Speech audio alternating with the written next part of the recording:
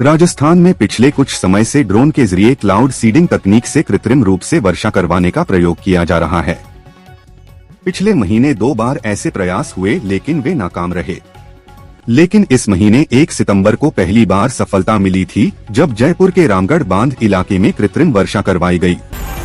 तो राजस्थान में शिक्षक दिवस के मौके पर शिक्षा मंत्री मदन दिलावर ने राज्य स्तरीय शिक्षक सम्मान समारोह में शामिल हुए, जिसमें उन्होंने राजस्थान में शिक्षा क्षेत्र की प्रगति पर जोर दिया। उन्होंने बताया कि राष्ट्रीय शिक्षा सर्वेक्षण में राजस्थान 11वें स्थान से तीसरे स्थान पर आ गया है। राजस्थान में मानसून एक बार फिर जोर पकड़ चुका है। प्रदेश में बीते 24 घंटे से बारिश का दौर जारी है और मौसम विभाग ने शुक्रवार 5 सितंबर को सुबह 6:30 बजे नया अलर्ट जारी किया है। विभाग के अनुसार राज्य के 12 जिलों में अगले 3 घंटे के भीतर मेघगर्जन के साथ हल्की से मध्यम बारिश होने की संभावना है। जयपुर में सार्वजनिक परिवहन सेवा के नाम पर संचालित सिटी बसें रूटों से गायब होकर फैक्ट्रियों व कंपनियों में दौड़ रही हैं। जयपुर आरटीओ के सर्वे में यह बड़ा खेल सामने आया। जयपुर शहर में करीब 500 बसें चिन्हित की गई हैं, जिनके संचालकों ने सार्वजनिक परिवहन सेवा का परमिट ले रखा है। इनसे केवल 350 रुपए। प्रधानमंत्री नरेंद्र मोदी 20 सितंबर को राजस्थान का दौरा कर सकते हैं। इस दौरे के दौरान उनका फोकस आदिवासी समुदाय पर हो सकता है। बीजेपी इस महीने पीएम मोदी के जन्मदिन को सेवा पखवाड़ा के रूप में मना रही है और इसी दौरान उनके राजस्थान आने का कार्यक्रम संभावित है। हालांकि अभी तक इस दौरे को अंतिम मंजूरी नहीं मिली है। बूंदी के देवपुरा इलाके में तेज रफ्तार रोडवेज बस के 2 युवकों के टक्कर मारने से एक की मौत और दूसरा घायल हो गया। बूंदी के देवपुरा इलाके में तेज रफ्तार रोडवेज बस के 2 युवकों के टक्कर मारने से एक की मौत और दूसरा घायल हो गया। बूंदी में तेज रफ्तार रोडवेज बस ने पैदल जा रहे 2 युवकों को टक्कर मार दी। मॉनसून का दूसरा फेज चल रहा है। आने वाले दिनों में यह समाप्ति की ओर बढ़ने लगेगा, लेकिन जाने से पहले विभिन्न राज्यों में जमकर बरसात हो रही है। कम दबाव के क्षेत्र की वजह से गुजरात और राजस्थान 2 राज्यों में 7 सितंबर तक बहुत ही ज्यादा बारिश का अलर्ट है। राजस्थान की पूर्व मुख्यमंत्री वसुंधरा राजे और राष्ट्रीय स्वयंसेवक संघ के प्रमुख मोहन भागवत के बीच मुलाकात ने राजस्थान की राजनीति में नए अटकलों की बाढ़ ला दी है। बंद दरवाजे के पीछे राजे और भागवत की मुलाकात गुरुवार को जोधपुर में हुई। राजस्थान में जल्द ही मोटर व्हीकल एग्रीगेटर पॉलिसी सरकार लागू करने जा रही है।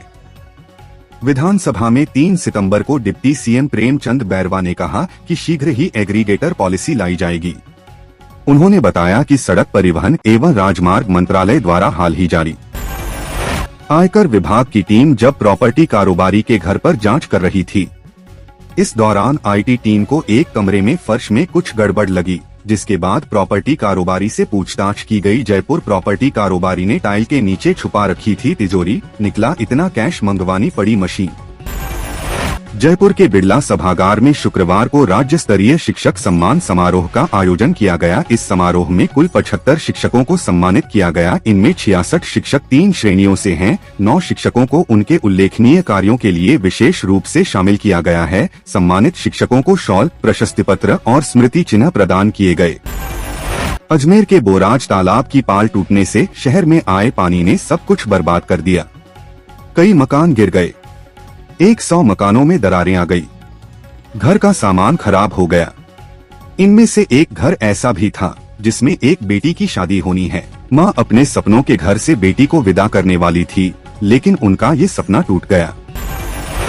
राजस्थान की राजनीति हमेशा चौंकाने वाले पलों से भरी रहती है। कभी बयानबाजी तो कभी गुटबाजी, कभी चेहरे पर मुस्कान तो कभी सवालों में तंज, हर मोड़ पर नया ट्विस्ट।